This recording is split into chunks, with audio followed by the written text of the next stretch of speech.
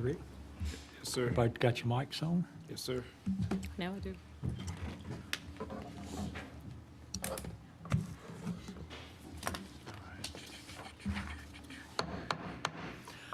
Okay, I'll call to order the Rolesville Board of Commissioners Workshop Session, January 17th, 2023. And we've got a short agenda tonight. We just got one item on here. We're continuing the legislative hearing of MA 22-06 and annexation of 22-03, 5109 Mitchell Mill Road. Before I start, I guess, any comments from the staff, Kelly or the staff? Y'all have any comments for I continue the public hearing or the legislative hearing? I did not there. I'll reserve any comments about kind of future board meetings Okay, if you want after. that'd be fine. That'd be good. How about the board? Any comments from the board? No, sir. Before we Not this start? time. I would like to say we're missing April Sneed. Commissioner Sneed is,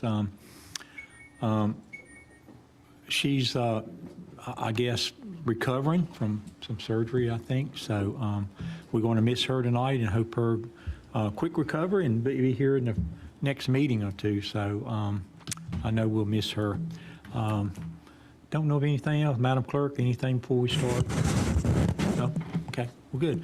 Okay, well, we'll start the work session legislative hearing, and I think I don't have to open it up. I think it's already open. We're continuing it. So, Meredith, I think, are you up or you filling in for Meredith tonight, or? Yes, good evening, sir, members of the board. Mike Ellerberger, planner in the planning department. Yes, I'm here for Meredith this evening. She was unable to join us. Meredith had a sudden Understand. deal, so she's making stuff. Mike will do an excellent job, I'm sure. Thank you. So I do have a presentation to go through. Again, we do have a potential new audience this evening. So we'll go through the staff presentation. The applicant does have also an application or a presentation loaded up that they can run to at your leisure, and then continue with the public hearing and Q&A. So quick overview, again, this property is 139 acres, generally located at the intersection of Mitchell Mill Road and Jonesville Road on the north side. The overall request here is to rezone from the Wake County R30 district to a split zone of the residential medium and the neighborhood commercial conditional zoning districts. This brings forth both the conditions of approval brought forth by the applicant and a concept plan. And there's an annexation petition that would follow or go through with this rezoning also, should the board adopt it. A little closer here is a picture of their general concept plan. North is to our picture right. First, the neighborhood center conditional district being requested. This area is approximately 55 acres with approximately 8 acres as a commercial tract. In yellow are proposed 69 maximum single-family lots, and then 119 townhome lots. And the gross acreage across this piece of property here is approximately 4 dwelling units per acre. So this is generally on the southwest or generally west side of Jonesville Road for orientation. The other side of Jonesville Road is proposed for a residential medium RM conditional district. This area is approximately 86 acres total, proposing 191 single-family detached lots, so one residential type across this area. The gross density across this area here is 2.2 units per acre, and the applicant has indicated that they would exercise the LDO's cluster subdivision option in this vicinity. So to cluster the development in smaller areas and contain more contiguous open space areas. 13 conditions are currently proposed, slightly changed from what was presented on November 1st to the board. I'll run through these very quickly. General compliance to the concept plan, which you've seen on the last few slides here. The maximum dwelling unit totals, 395 total, 134 of them could be townhomes. At least 50,000 square feet of non-residential building area in that 8-acre non-residential area, and that would need to be permitted at a certain percentage prior to the 197th dwelling. There's a $30,000 donation to Homes for Heroes. A pollinator planter commitment is written into the conditions. There are triggers or bringing online recreational amenity commitments throughout the site, many of them loaded on the west or that NC zoning district area. Commitment to seeking an additional driveway access and crosswalk to the commercial area from the east or the RM zoning district over to that NC zoning district area where the commercial is identified. All of the transportation improvements that the TIA has shown and in your staff report, those are all laid out in extensive detail, and also in the proposed conditions of approval, they are laid out there in detail.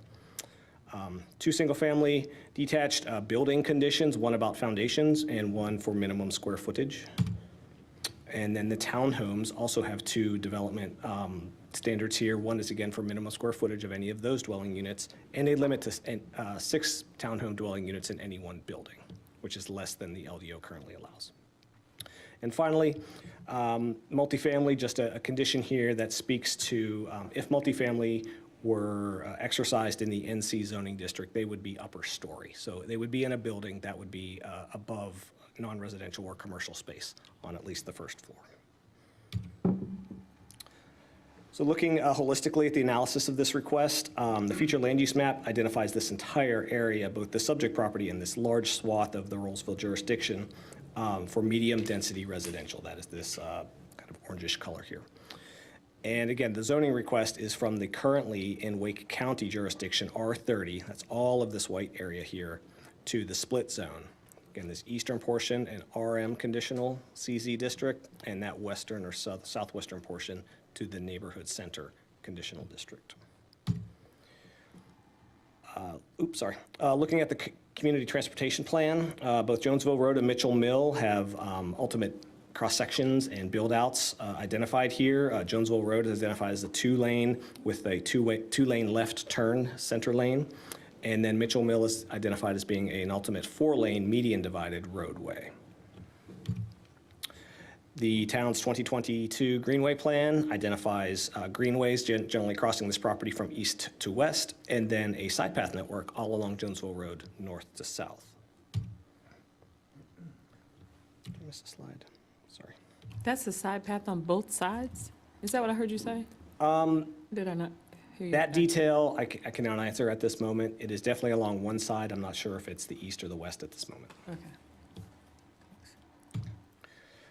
One of the requirements of General Statute 160D is for the town board to make the determination if this request is consistent with the plans that the town has adopted. Staff's analysis is that both of these districts are consistent with that medium density residential future land use category. The proposed NC district at a density of 4 units per acre is consistent with the general density range for the medium density, which is 3 to 5, so it's right in the middle there. The proposed RM district density, which is being proposed at a 2.2 dwelling units per acre, is less than, but consistent, again, with that 3 to 5 dwelling unit per acre range of the medium density land use. And overall density of this project coming in around 3 dwelling units per acre is consistent, again, with that range of 3 to 5 dwelling units per acre. Further consistency items are that the non-residential component is an appropriate land use at the corner of 2 major thoroughfare roads, Jonesville and Mitchell Mill. The 2021 CTP roadway network recommendations are generally illustrated for compliance there. So again, build out of their sections of the 2-lane Jonesville and the 4-lane Mitchell Mill Road. And the greenway locations and those side paths are consistent with the 2022 greenway and bicycle plans. The traffic impact analysis, the general trip synopsis here is that weekday daily trips are just over 7,000. Morning peak totals 430, PM peak 657. And all of these numbers have resulted in the recommendations for improvements for this project as laid out in the outcome of the TIA.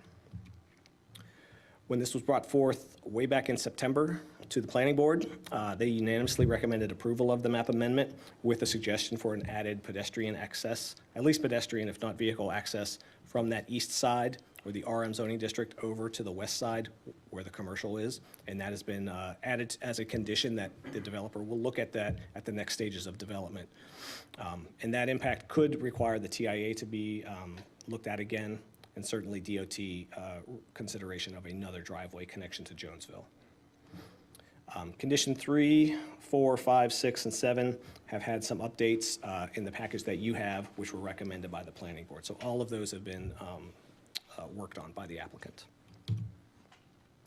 Overall, staff's recommendation is that it is found that this application is consistent with the comprehensive plan, that future land use designation of medium-density residential. The densities that are being proposed are consistent with that as well, and the mitigation of the expected impacts have been addressed through either conditions of approval or the TIA recommended off-site improvements. The applicant is present, and they are prepared to do a presentation and answer any questions you may have. That concludes my presentation.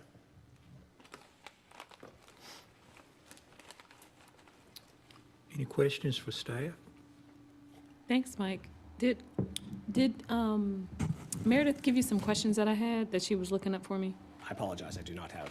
And is she planning to come to this meeting? If it's possible, she was going to rejoin us, but I can't speak to that at the moment. I You apologize. can ask him his questions, he may be able to answer them. I can try to field them.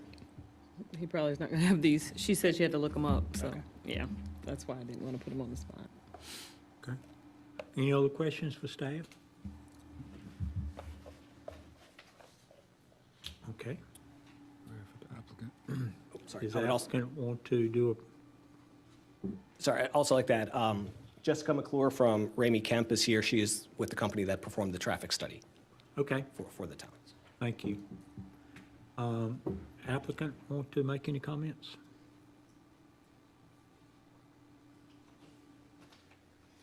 Good evening, Mr. Mayor and town board members. My name is Beth Trejos. I'm an attorney with Nelson Mullins, and I'm here tonight on behalf of Hopper Communities in support of their requests for annexation and zoning so that this project can be a part of the town of Rolesville. I've got with me Bill Harrell from Hopper Communities, our traffic engineer, Kevin Dean with Kinley Horn, and pinch hitting for Pat Barbo is Mike Davidson with Timmons. Pat's son is graduating from basic training in the Air Force, and so he was out to celebrate that with his family. So he apologizes he couldn't be here tonight, but Mike will fill in very well for him. Since the last meeting, we have been working hard to address your concerns, and I think you heard from staff that we have made changes to our conditions, that we have tried to be responsive. I have our full presentation here, but given the excellent and thorough job that Mike did, I'm just going to kind of skip ahead and talk to you about what we heard from you last time and the changes that we made based on what we heard. One of the things you said to us at the last meeting is, we would like for you to reach out more to the community and to have another neighborhood meeting. And so we did do that. On December 8th, we had a second neighborhood meeting. The first one was in June, I believe. And we had 3 attendees. And the folks who attended were different from the folks who attended the public hearing. But we enjoyed talking with them and made some changes to our plan based on some feedback that we got from them. And I think it was, at least from our perspective, a positive interaction. We also heard from you that you wanted us to be sure that the mix of uses that we were proposing were required not only in the neighborhood center zoning district, but also in the residential mixed-use district. So we added a condition, a commitment, that at least 50,000 square feet of non-residential building area would be permitted before 197 homes were permitted. And so what, in effect, that did was require that, we permit 50,000 square feet of non-residential before half of all the homes are built. So 197 is half of 395. And that is the requirement ultimately in the neighborhood center district. So we added that condition to effectuate that goal. We know that the non-residential area is something that is important to the town, and it's important to Hopper Communities as well.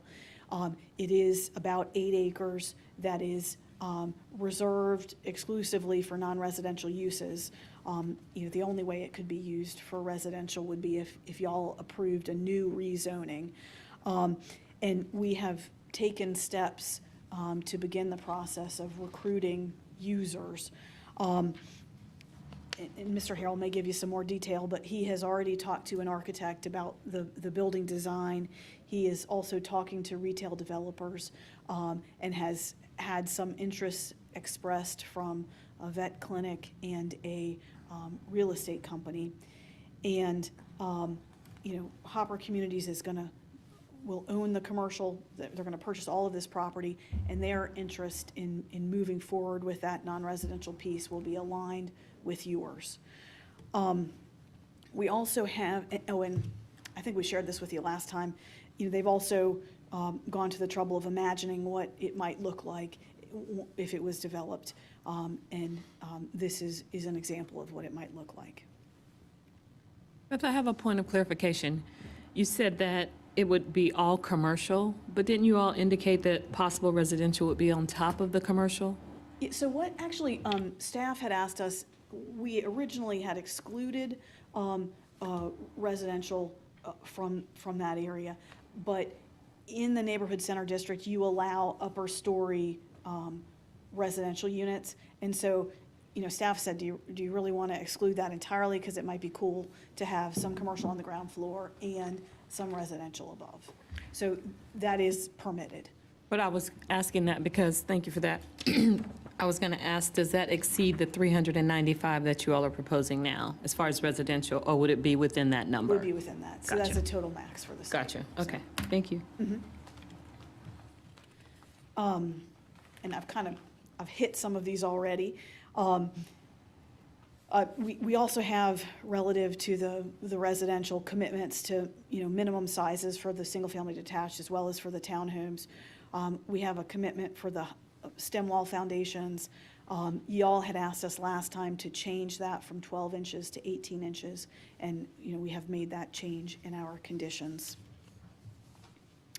We also have a lot of recreational amenities on our plan, and there are commitments in our conditions to, require that those things be built along with the homes. And you'll remember last time, we had certificates of occupancy as the trigger, and staff asked us to change that to building permits, and so we have done that. So, the recreational amenities include the swimming pool and cabana, the dog park, playground, community garden, the 2.3 miles of greenway and trailhead. We are also offering to the town, if the town would like, the trailhead and 1 acre, let me go back up here so you can see. So the trailhead, I think you can see, this is the little trailhead. It's an area where, folks who are coming from outside the community could park and take advantage of the greenway trails that we have on site. And so we have in our conditions that we would offer that to the town. If the town chooses that it does not want the trailhead, that, the HOA would own the trailhead. And same with this piece, there's about 1 acre right here at the corner. And so our conditions require that we offer this to the town for recreational use if the town would like it. And the town can choose, and if not, then it will still be used for recreational purposes and owned by the HOA. And of course, the greenway, the 2.3 miles of greenway is this green line here. And while we're thinking about pedestrian connection, Commissioner Sutton, I think you had asked about the side path. The side path is on the RM side, so one side of the street here, and there's a sidewalk on the other side. So along Jonesville Road, one side is a side path and one side is a sidewalk. So Beth, before you go on. Oh, sorry. What is the sunset on the decision whether to take the property as home, HOA or public? What's the sunset on that? So what we offered is for, and it's a little different for each one, for the Greenway Trailhead, it would be so we would offer it to you prior to the issuance of the 200th building permit for a dwelling unit. And then the town would have the right to accept or reject that anytime before the issuance of the 250th building permit. And with regard to the roughly 1 acre at the corner of Jonesville and Mitchell Mill.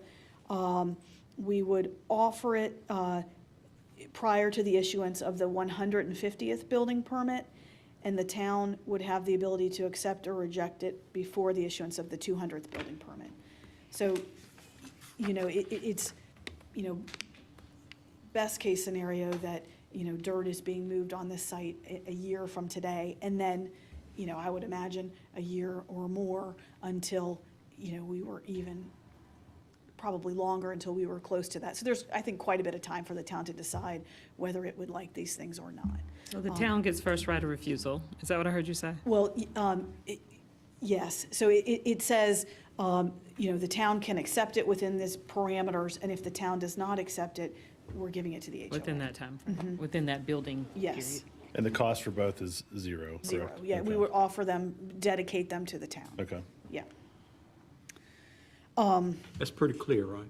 Yeah, I think we worked to make it clear. It says zero? Does it say zero? It says donation. Vestibular. You said what, donated? It says, hold on, Donated at Donated. zero cost. You just have to maintain it. and offered for use as a greenway trail. It doesn't say zero, if you would like, it is not, I think, to me, it's very clear that this is not for sale. It is something we're I offering like to the zero. town. I like Board that members, zero in there. Beth and I will tweak that and make sure that that is clarified in that condition before it comes back on the order. It's not you all. We just like it written. Thank you. We're happy to be clear.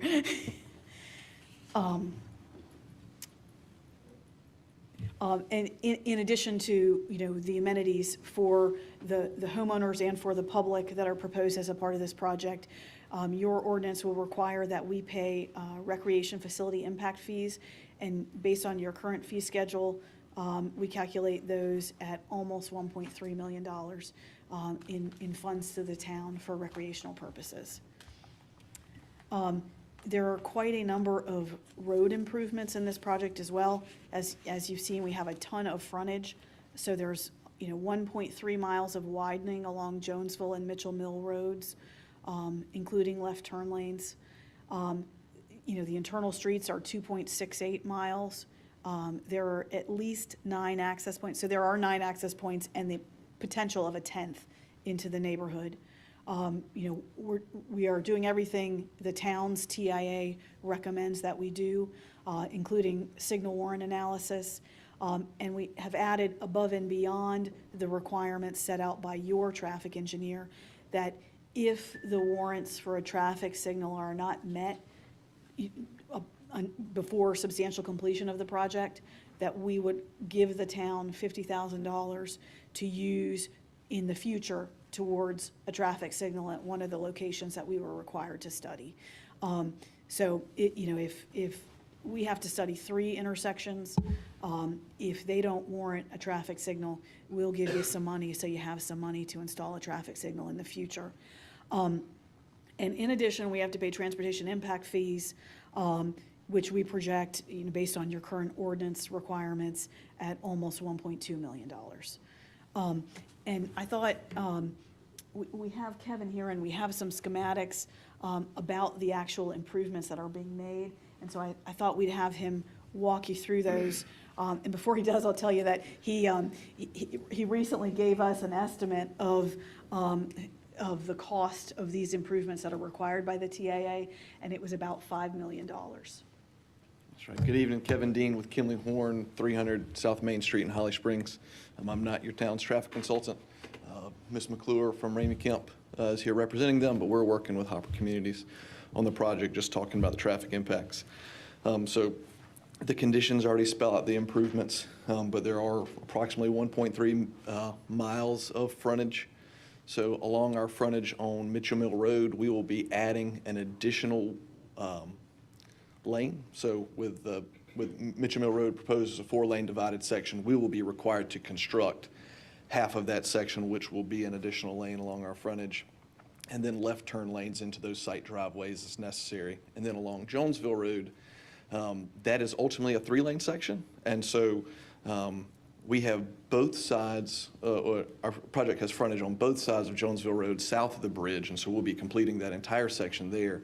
What you can see here, everything, which apologies for the difficulty of the scale, but all of the pavement in orange is new pavement that will be constructed as part of this project at the expense of our site. And then as we move, so again, we've got north on the east side of the graphic, but this is moving to the north. We'll be building frontage required improvements on our side, but our project is required to build left turn lanes into both of those site driveways north of the bridge. And so what it ultimately ends up providing is essentially a continuous left turn lane along Jonesville Road, which is working towards the entire section. So like Beth mentioned, we're estimating in excess of $5 million worth of roadway improvements in addition to the impact fees that we're required to make. And I know everybody is concerned about adding volumes of traffic to the network they see today, but as noted on that slide, with these improvements in place, the intersection of Jonesville and Mitchell Mill Road, there will be, with our improvements in place, there will now be a left turn lane from Mitchell Mill Road to turn north on Jonesville Road. So coming from the west, there will now be a left turn lane onto Jonesville Road. And then there will also be a left turn lane from Jonesville Road onto Mitchell Mill Road traveling east. So the single lane approaches we see today will be improved, not only as part of our frontage widening, but specific turn lanes. So we think that's a significant benefit to the network that's there today and adding that capacity that's needed to account for the traffic impacts. So. Is that where you see the NCDOT could put a traffic light? It absolutely is, yes, sir. So the traffic study for our project requires monitoring for a traffic signal warrant, and as y'all know, DOT has high thresholds for when they'll allow one to be installed. But when traffic studies recommend that commitment, what DOT typically looks at is as different phases of a project come in, you're required to look along the process and see if a signal is warranted at that time. So as significant portions come in, and we're looking for driveway permits, we may be required to do a signal warrant analysis, and if it's not warranted then, they may still come back after us to review one, to do one at a later time, and see if it's warranted at that time, and if it is, the signal is required for installation. So that's how they check if one's needed, and so yes, sir, that's one of the intersections that they're looking at. Thank you, sir. Yes, sir.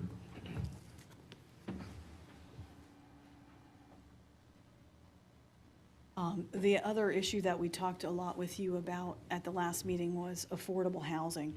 And at that meeting, you know, we offered a donation of $30,000 to Homes for Heroes prior to the issuance of the 50th building permit for a home. And so we've retained that commitment. And just by way of reminder, Homes for Heroes is an organization that provides assistance with down payment and closing costs for firefighters and EMS, law enforcement, military, healthcare professionals, and teachers, so all sorts of heroes. So we have retained that commitment, and we have also added an additional commitment to donate a townhome, a completed townhome, to Passage Homes or CASA or Habitat for Humanity or some other similar organization designed to provide housing to low-income people prior to the 200th building permit. And so that was, Commissioner Medley, I think you said, well, what about people that aren't heroes? And so this is another, another contribution that we're trying to make towards affordable housing. And Beth, that is completely turnkey. Yeah, it's a normal house like you or I would buy. So, yes. And, just sort of in sum, we believe that we are bringing to you a plan that provides for a mix of uses, a variety of housing styles, in compliance with your comprehensive plan. And we think we're providing a number of public benefits.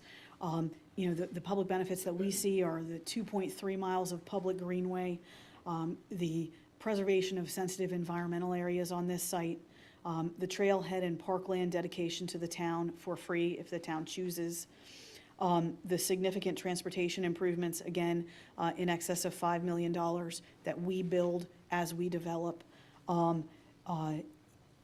either a new traffic signal or $50,000 towards a traffic signal in the future.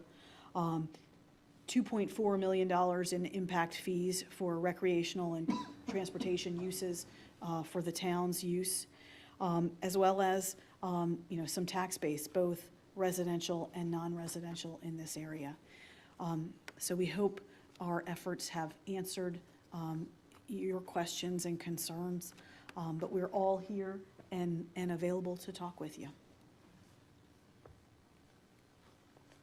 Any questions from the board? I have a question about the crosswalk. Where's the crosswalk going to be?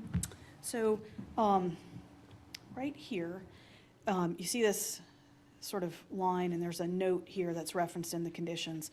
This is what the planning board recommended, that we ask NCDOT to allow an additional access point here that would line up with the access to the non-residential, and then ask NCDOT to allow us to install a crosswalk here. And so that's what we have committed to do. And there's language about us, doing the design, whatever additional study is needed, and asking NCDOT for permission to do that. And that would happen immediately because it is an important issue for development of the project. But a crosswalk is like paint and a light? I don't understand what, it's paint? I'm trying to figure out what a crosswalk is. It's not a bridge, it's paint, right? No, yeah. It is an intersection with a painted walk Okay, on the it's side. not like a flashing light or anything like that? No. Okay, I But thought it was it's something. handicapped, or different. it's a standard, it meets our standard, though, right? For- It would, whatever crosswalk we would install would have to meet NCDOT standards and the town standards as well. Yeah, right. So it would be accessed by handicap and that kind of thing, I would think. But I have a And- question, though. Yes, ma'am. You're coming down a hill, right, to the crosswalk. So it's sort of like a blind spot coming down. So, So how does that work? yeah, So part of that is the reason that we'd be discussing with NCDOT. So we'd have to look at the design constraints and make sure that you had things like sight distance met, because you certainly don't want it to be in an unsafe location. So that's one of the things you look at, and as the site gets graded out, we'll have a better idea of how that would look. But that's a great point. That's something we're considering. I do have one other question. Did you say there's potentially three traffic lights? so what, yeah. Sorry, getting my steps in. So other than the intersection of Mitchell Mill and Jonesville Road, the traffic study also analyzed the intersection of the bypass at Jonesville Road, which is unsignalized today. It's that leftover access as part of the super street, and then the U-turn that's east of Jonesville Road. So those two intersections were part of the study area. And if those met signal warrants, those could potentially be signalized in the future as well. So I just want to make sure, who's paying for that again? If they're warranted, and if they're warranted by the project would be installing those. And if it's not, you said there's 50,000 Yes, ma'am, $50,000 contribution. per light? Total. Oh, okay. All right, thank you.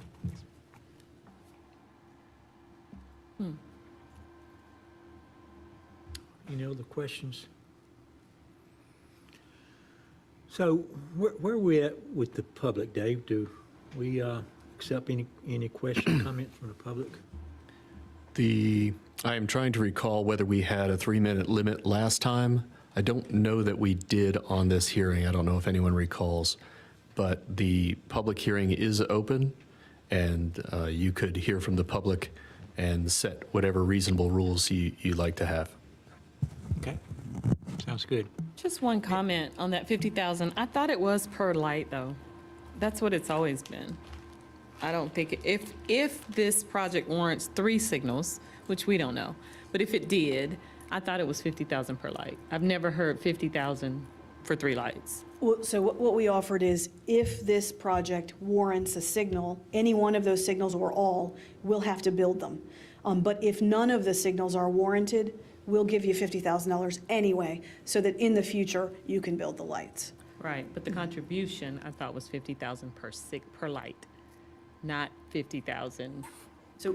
Because it could- We have proposed just 50,000 in total, but recognizing that we bear the burden of, through the development of the project, studying and, and having to install traffic lights.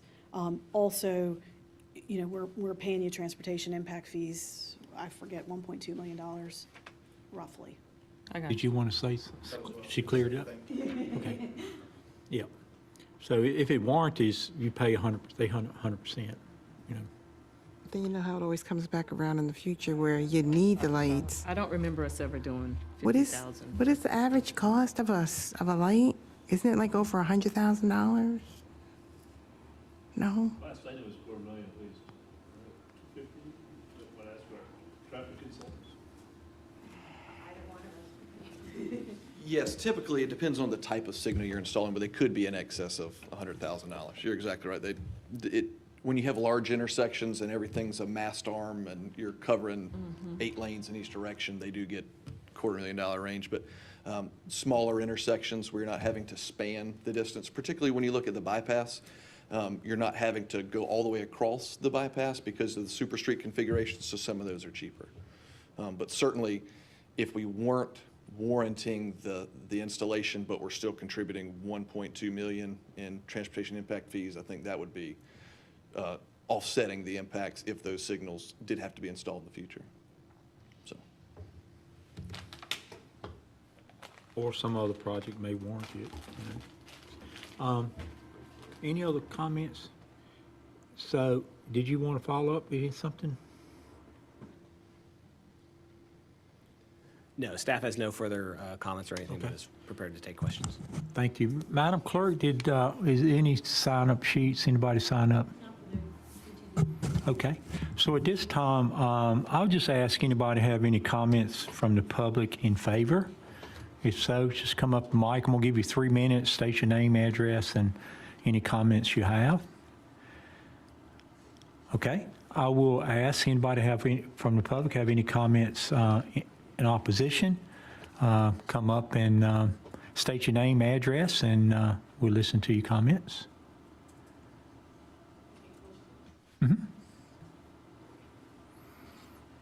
Just state your name and address. You got 3 minutes. Okay. My name is Alicia Walker.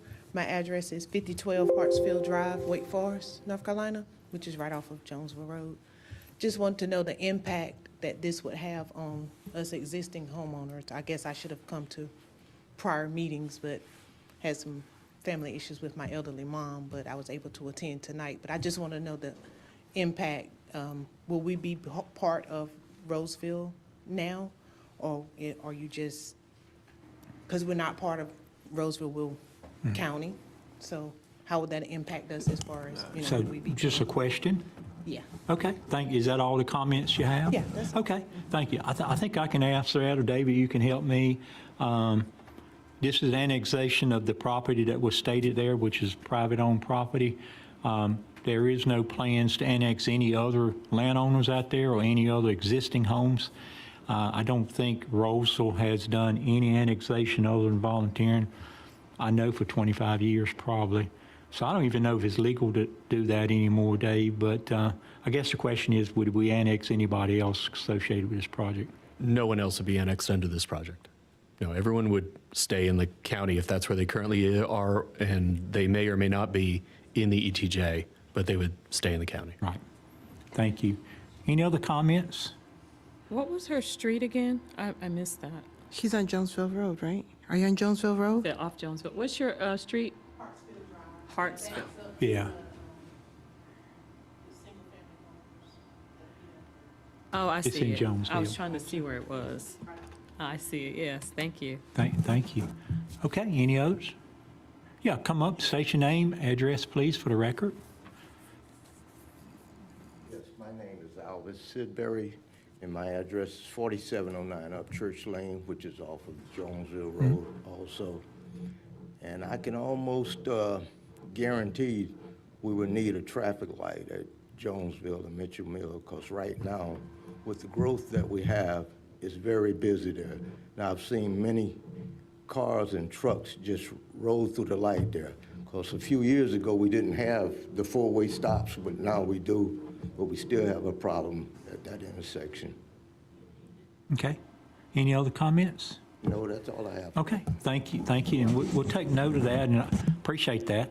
And I guess come up, I think just restate how you evaluate, and I think he said Jonesville and Mitchell Mill? Is that what you said? Jonesville? Yes, sir. And how many times will you evaluate that with the state, determine if a traffic light? It depends on how the project is phased and how each piece comes in. But as we apply for driveway permits, it's typically once, if not twice, throughout the lifespan of the project. But we have to collect updated traffic counts, and then we'll look at projected projects that are coming in the area, our own projects' impacts, and then apply those to the standards that the state sets for traffic signal installation. And if it is required, if it does meet those warrants, then we install it, and if not, we either check back again or make the contribution towards the installation. And I do know that other traffic studies in the area are also identifying traffic signal warrant analysis at these same intersections that we've looked at. And so there are multiple groups that are going to be looking at those same impacts.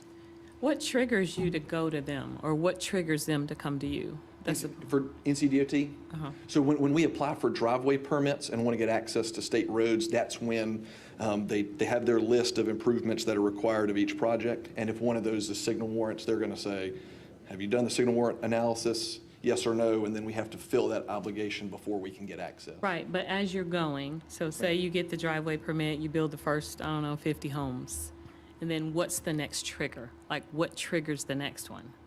Is there like a 80th home that triggers it, a 100th home that triggers it? I'm trying to figure out what the process is. Not typically, but when we're doing these, we're still looking at the impacts of the full project. And so even if we're doing it even if we're taking counts once the 50th home is in place, we're still going to have to project the impacts of the remaining homes as part of the site. So we don't get to do it.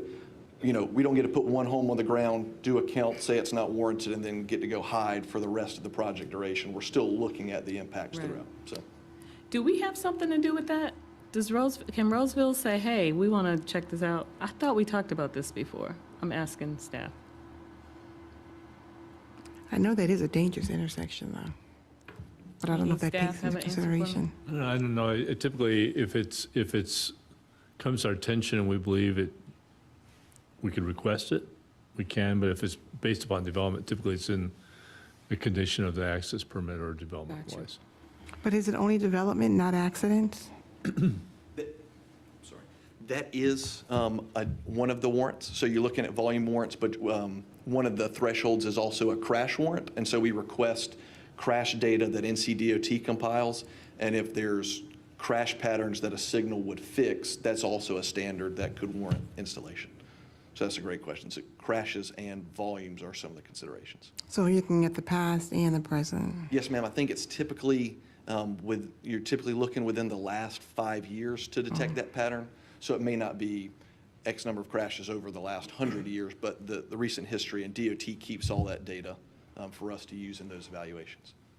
So I'm thinking, because if you go back 5 years, I can't think of any myself personally, Sure. but beyond that, I know there was a terrible accident, and then they finally put up the 4 signs. Yes, ma'am. So I don't know, just a little nerve-wracking. Because there's a four-way stop, right? It wasn't now, right? before, and there was an accident, that was a fatality there, Yes, ma'am. so. Thank you. Appreciate that. Hope that clears up that a little bit more. Any other comments? Okay. Board, last chance. Any comments or any questions to the staff or to our applicants? My only question is that 50,000 still. What can be done about that? Are there any options? Is there a plan B to that other than what you have already offered? Because that can be very expensive for the town, and even the 1.2 million you referenced can get eaten up with 3 additional. I think the difference is in other cases, and there are often offers made of, hey, we'll make a contribution of $50,000 to the traffic light, but we don't have an obligation to build it. And so what's different here is that there is an obligation, if warranted, to build 3 traffic lights. And, so, if, however, they aren't warranted, then this is something that we're offering in addition to that. So I think that's kind of what sets it apart from the other cases. We do have the obligation to build the lights if they're warranted. I almost feel like if you didn't offer it, it wouldn't be an issue. But we would, you know what I mean? You would still think about, okay, how much would it cost after the fact? But you all are offering it, and we're thinking about past history, even here, even at the top of Jonesville Road. Didn't the town pay for that? No, we paid for a portion of that, correct, Ronnie? Did we pay for a portion of that? yeah. Yeah, but it was more than 50,000.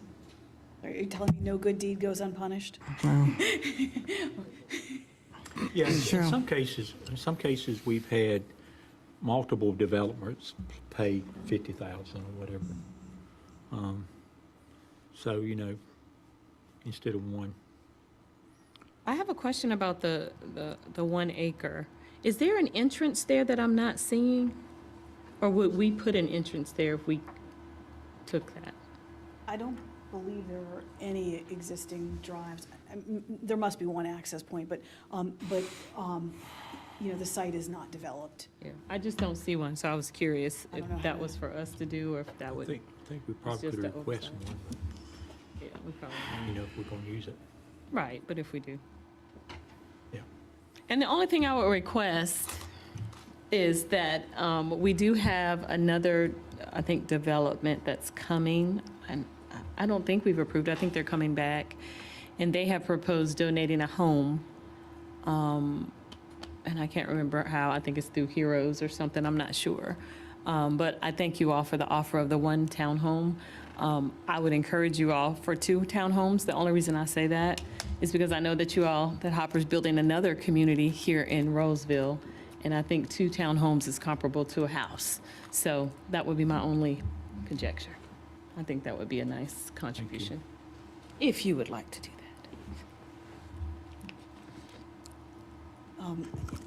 I think we're reaching that point where we can afford anything but not everything. And, particularly after hearing from Kevin, the cost of the infrastructure improvements in excess of $5 million. I think what Mr. Harrell is able to do is double the contribution to Homes for Heroes, to make that $60,000 rather than $30,000, and retain the commitment for the existing townhome. I think with construction and development costs, which is not something that we discussed when we were on the call, is the townhome, the value of the townhome is likely to be in excess of $250,000. So we would offer to double the donation to Homes for Heroes to $60,000. Okay, Thank you. worth asking. All right. Any other comments, questions from the board? Okay, I'm going to close the public hearing then, and ask the board, I heard a couple things. If someone cares to entertain a motion to either approve or deny, but I heard that we want to make sure that the property is $0. So I guess we can make that part of the motion. Dave, is that right? We heard it, so the motion can be as presented at the hearing, and I believe that's the way it's written. And then the conditions will be tweaked before they are finalized. And then I also heard additional money or something? Yeah. 30,000. Additional 30. And we'll make that revision as well. Okay. I move to approve the rezoning request MA 22-06, 5109 Mitchell Mill Road. Second, Second. I think I heard Dan first. sir. So Dan got the second on that. Any other discussions from the board? Okay, ask for vote. All in favor say aye. Aye. Any opposed? Not hearing any. Approved unanimously. Thank you, board. I think one of the things I'm excited about your project, I think. One of the things I'm excited about is the 50,000 square feet of commercial. Oh, I really think that I think this is the first time we've used this neighborhood multi-use purpose type zoning, I think. We got the town center, but I think that's a little bit different. First NC district. So, I'm excited to see not only we having homes, single families, but also we having commercial. And I really think that's a good place for commercial. And, you know, I think you have in your plans, it can be more than 50,000 square feet of commercial, and I really hope it works out there, and the minimum is 50, but I think you could do more than that if the economy, you know, supports that, and I'm excited about that, so. Did you get up, did you want to say something? So we got a couple more motions we have to do. Yeah, so, well, yeah. Just thank you. Okay. Yeah, I think we got a couple more formalities to do with the zoning and stuff and Yes, and sir. the consistency, so go right ahead. Yes, sir. I move to adopt the plan consistency statement and statement of the reasonableness for MA 22-06. Okay, got a motion on Second. that. Is there a second? Sheila, second that one. Any more discussion? All in favor say aye. Aye. And then last, I think is the annexation motion, is that right? Yeah. I move to approve the annexation petition received under GS 168-31 for Annex 22-03, 5109 Mitchell Mill Road. Second. Got a second. Paul made the motion. Got a second from Michelle on that one.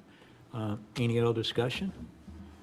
Not all in favor say aye. Aye. Aye. Approved unanimous. Thank you for it. And again, I really appreciate it.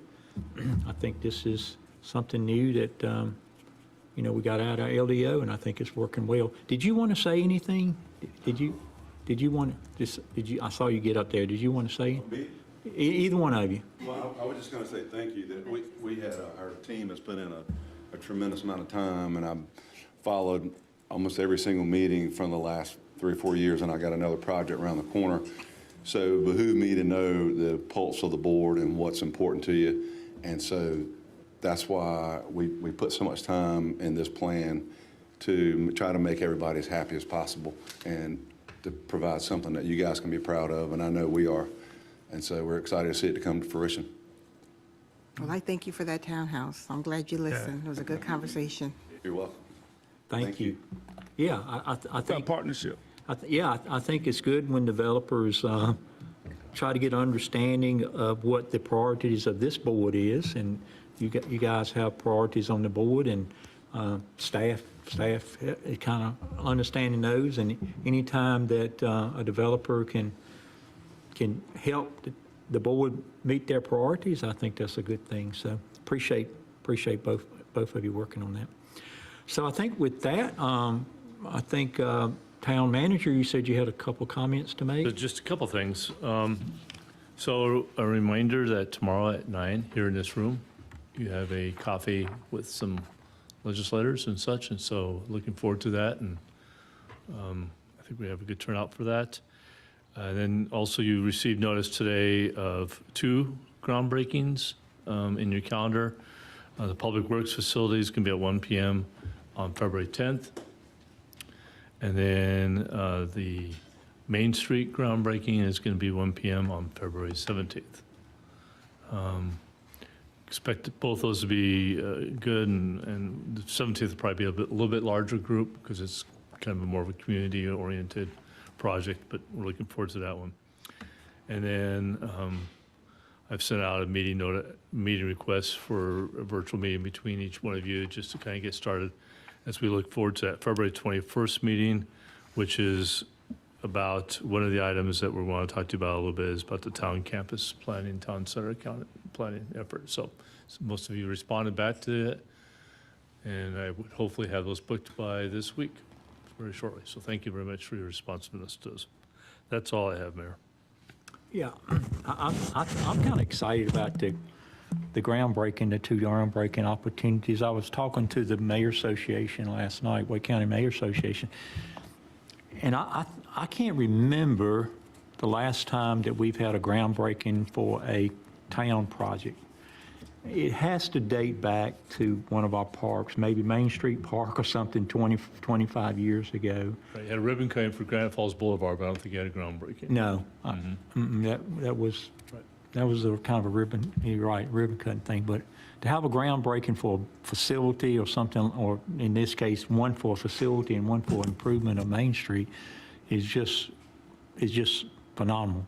And thanks for all the hard work that, you know, the staff and this board has put in to get us there.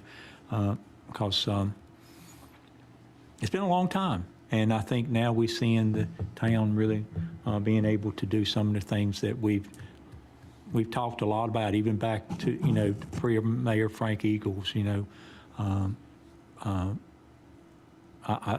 think Main Street was one of the visions that, he had, and we're making it a reality now. So I'm excited about that, both of those projects. I think we had a groundbreaking when we did Main Street Park, and that was a long, long time ago. That park's been there a long time, so thank you, Kelly. Dave, from attorney, anything? No report, sir. No report. Okay, well, this is not a night the board does reports, but if anybody got any closing comments, we are certainly welcome to take those. So if not, we got a short meeting. Thank you, Kelly, for the short meeting to start off the second meeting this year. Thank you very much. And thank you, board. So with that, I'm going to adjourn the meeting. Thank you.